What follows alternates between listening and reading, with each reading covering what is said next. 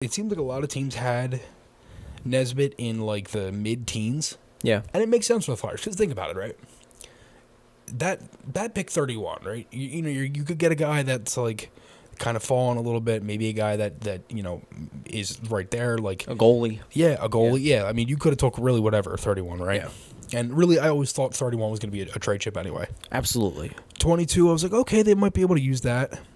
They use both. They trade up to 12. Mm-hmm. And really, that was the only way you were going to be able to do that in this draft. Absolutely, because no one wants to move any of those picks. No top 10 picks got moved. Mm-hmm. And look, if a guy's right there in the teens, right, and I look at it as you basically gave up 22 and like a second.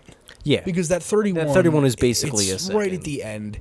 You know what I mean? So like I don't view that as like a huge loss anyway, considering you did give up 2 picks. Yeah. And really, if Nesbitt was a guy that a lot of teams had them in their mid-teens, I feel like if you're the Flyers, you definitely met with him more than one time. Absolutely. Right? There's no way you just looked at it and you like only met with him once and you're just like, okay, well maybe he's there. Yeah. At that point, it's like, okay, if he could go in the mid-teens and we have a chance right now to move up to 12 and take him, and a team's willing to do that, and a team like Pittsburgh that's going to get all these different assets and want to move these different things around, and the Penguins are in a different... Look at how much the Penguins moved in the first round. Right. It's crazy. I was like, they're picking again? Yeah, exactly. Yeah. Like, they kept moving. They traded that 31 with L.A. and that whole thing, too. So, they did a lot of different moving. But, like, if you're the Flyers, like, why wouldn't you do that? Why wouldn't you use the assets you've used? And, like, we've already seen it. Yeah.